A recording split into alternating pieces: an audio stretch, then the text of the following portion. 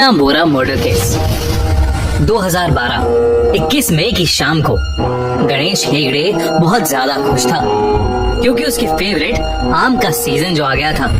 रायगढ़ के जंगलों में आम की खुशबू पूरे जंगलों को महका देती थी।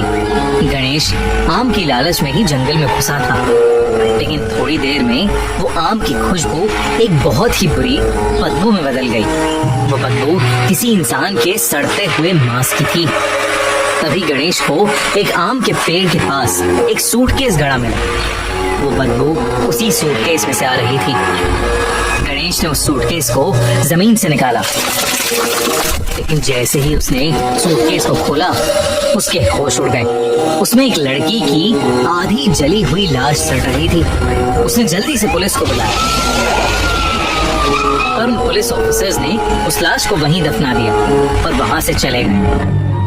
कुछ साल बाद अप्रैल 2000 की एक दोपहर को मुंबई पुलिस कमिश्नर राकेश मारिया मुंबई में अपने ऑफिस में बैठे हुए थे जब एकदम से उनका फोन बजा। फोन उठाकर जो उन्होंने सुना, वो सुनते ही वो हक्के बक्के रह गए। एक एनोनिमस कॉलर ने उन्हें बताया कि इंद्रानी और पीटर मुखर्जी ने मिलकर 3 साल पहले शीना बोरा का मर्डर कर दिया है। राकेश हक्के बक्के इसलिए हो गए क्योंकि इंद्रानी और पीटर मुखर्जी कोई आम लोग नहीं थे। पीटर स्टार ग्रुप के सीईओ थे और इंद्रानी उनकी बीवी दुनिया की टॉप बिजनेस वुमेन में से एक थी और आईएनएक्स मीडिया नाम की एक कंपनी चलाती थी।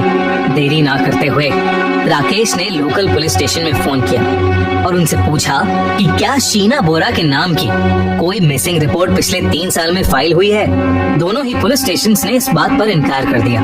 राकेश ने फिर ये केस अपने सबसे ट्रस्टेड ऑफिसर दिनेश कदम को अनऑफिशियली सौंप दिया। राकेश ने दिनेश को ये केस चुपचाप इन्वेस्टिगेट करने को कहा ताकि इस इन्वेस्टिगेशन के बारे में पीटर और इंद्रानी को ना पता चले और इन्वेस्टिगेशन स्मूथली हो।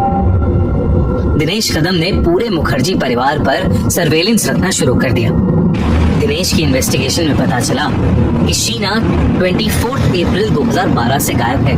उसी डेट पर शीना ने ऑफिस से रिजाइन किया था और उसी डेट पर शीना ने अपने बॉयफ्रेंड राहुल के साथ एसएमएस पर ब्रेकअप भी किया था। शीना की बहन इंद्रानी के अकॉर्डिंग शीना यूएस में अपनी आगे की पढ़ाई के लिए गई थी, इसलिए कभी मिसिंग पर्सन की एफआईआर लिखवाई ही नहीं गई थी। दिनेश को इस कहानी पर डाउट होने लगा था। उसने मुखर्जी फैमिली पर 4 महीने तक सर्वेलेंस जारी रखी और फाइनली उन्हें एक लीड मिली। मुखर्जी परिवार के ड्राइवर शांबर राय के पास एक गन थी। पुलिस उस वक्त इस लीड पर एक्शन नहीं ले पाई क्योंकि इंद्रानी मुखर्जी यूएसए में थी और अगर वो इस क्राइम में इन्वॉल्व होती तो वो शांबर से कोई भी पूछताछ होने पर चौकन्नी हो जाती और शायद इंडिया वापस नहीं आती। पुलिस ने कुछ और दिन इंतजार किया और इंद्रानी के इंडिया वापस आते ही आर्म्स एक्ट के केस में ड्राइवर शांबर राय को अरेस्ट कर लिया गया। उसकी इंटेरोगेशन शुरू हुई और उस पर थोड़ा सा प्रेशर डालते ही शांबर राय टूट गया और उसने एक घिनौना सच बताया। 24 अप्रैल 2012 की उस शाम का घिनौना सच। उस शाम उसने इंद्रानी और इंद्रानी के एक्स हस्बैंड संजीव ने शीना को कार्टर रोड से पिक किया, जहां उसका फियांसे राहुल उसे छोड़ने आया था। गाड़ी में बैठते ही इंद्रानी ने शीना को पानी पिलाया जिसमें उसने नशे की गोलियां मिलाई हुई थी।